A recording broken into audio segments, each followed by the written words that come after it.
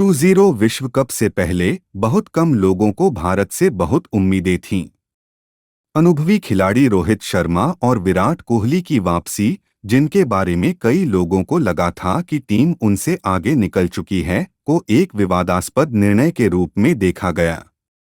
आलोचकों ने तर्क दिया कि भारत पिछले साल के दिल टूटने के बाद विश्व कप की सफलता के लिए अपने सितारों से चिपके हुए एक कदम पीछे चला गया था। 20 विश्व कप के 2022 और 2024 संस्करणों के बीच रोहित और कोहली सिर्फ एक द्विपक्षीय श्रृंखला में शामिल हुए। उन्होंने एक व्यस्त कार्यक्रम के बजाय टेस्ट क्रिकेट और एक दिवसीय मैचों पर अपना ध्यान केंद्रित किया। 6 महीने पहले विश्व कप के लिए भारत के सलामी संयोजन और कप्तान की भविष्यवाणी करना भी सीधा नहीं था। अफगानिस्तान के खिलाफ T20I से पहले जब रोहित और कोहली लौटे तो भारत ने नवंबर 2022 से 5 अलग-अलग सलामी बल्लेबाजों और 4 सलामी जोड़ियों के साथ प्रयोग किया। उदाहरण के लिए हार्दिक पांड्या, जिन्हें रोहित का स्वाभाविक उत्तराधिकारी माना जा रहा है, और जब रोहित नहीं खेलते थे तो वे उन मैचों में अगुवाई करते थे। उन्होंने युजवेंद्र चहल को मुख्य स्पिनर के रूप में तरजीह दी, जबकि 7 मैचों में कप्तानी करने वाले सूर्या ने अक्षर पटेल और रवि बिश्नोई का समर्थन किया। दूसरी ओर रोहित ने 20 विश्व कप के लिए 11 में रवींद्र जडेजा के साथ अक्षर और कुलदीप यादव को अपने मुख्य स्पिनरों के रूप में चुना। विश्व कप के लिए कप्तान के रूप में रोहित की वापसी ने सलामी जोड़ी को भी बदल दिया, क्योंकि उन्होंने गतिशील यशस्वी जायसवाल की जगह कोहली के साथ साझेदारी की। कोहली ने टूर्नामेंट से पहले सिर्फ 9 T20I में और रोहित के साथ केवल 2 बार ओपनिंग की थी। हालांकि अंत में यह कदम कारगर रहा, लेकिन अप्रयुक्त प्रयोगों से कई जोखिम पैदा हुए। रोहित के T20I से संन्यास लेने के साथ, लेकिन हार्दिक की जगह सूर्या की नियुक्ति भले ही चौंकाने वाली हो, लेकिन यह तेजी से व्यस्त अंतर्राष्ट्रीय कैलेंडर के मद्देनजर एक सोची समझी रणनीति को दर्शाता है। मुख्य चयनकर्ता अजीत अगरकर ने श्रीलंका दौरे के लिए टीम के रवाना होने से पहले सोमवार 22 जुलाई को प्रेस कॉन्फ्रेंस के दौरान इस फैसले के बारे में बताया। पिछले कुछ सालों में उनके हार्दिक लिए फिटनेस एक चुनौती रही है।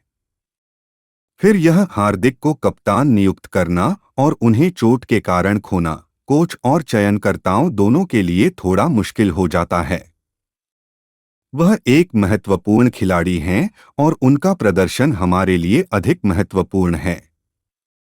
उनकी फिटनेस एक चुनौती है और हम ऐसा खिलाड़ी चाहते थे जो अधिकतर समय उपलब्ध रहे। सबसे बड़ी बात यह है कि कप्तान मैदान पर होना चाहिए। यह वास्तव में एक शर्त है। यह निर्णय टीम के लिए हार्दिक के महत्व को रेखांकित करता है, जिसे उनके 20 विश्व कप के प्रदर्शन से समर्थन मिलता है, जहां उन्होंने 151.57 की स्ट्राइक रेट से 144 रन बनाए और 11 विकेट लिए। लेकिन वह चोटिल भी रहते हैं और जैसे जैसे खेल के दिनों की संख्या बढ़ती जा रही है, हार्दिक एक मल्टीफॉर्मेट खिलाड़ी होने के नाते विधिवत रूप से बहुत जरूरी ब्रेक दिए जाएंगे। जिन खेलों में उन्हें आराम दिया जाएगा, उनका एक पैटर्न भी होगा। 2028 तक हर साल एक ICC व्हाइट बॉल इवेंट के साथ हार्दिक के प्रत्येक सीजन में एक प्रारूप पर ध्यान केंद्रित करने की संभावना है। पिछले साल 2023 एक दिवसीय विश्व कप से पहले हार्दिक ने 19 में से 14 एक दिवसीय मैच खेले, लेकिन 38 T20I में से केवल 23 खेले। उन्होंने आयरलैंड के T20I दौरे का नेतृत्व भी छोड़ दिया, जिसमें कई युवा खिलाड़ी थे। वनडे में उनके संघर्ष, जहां 35 पारियों के बाद उनका औसत 25.76 है। अगरकर ने यह भी उल्लेख किया कि भारत के पास 2026 T20 विश्व कप से पहले T20I में रीसेट बटन दबाने और एक कोर नेतृत्व समूह के साथ अपने पक्ष को पूरी तरह से बदलने का अवसर है, जिससे अधिक स्थिरता आएगी और अंतिम समय की हलचल के बिना दीर्घकालिक लक्ष्यों को सक्षम किया जा सकेगा।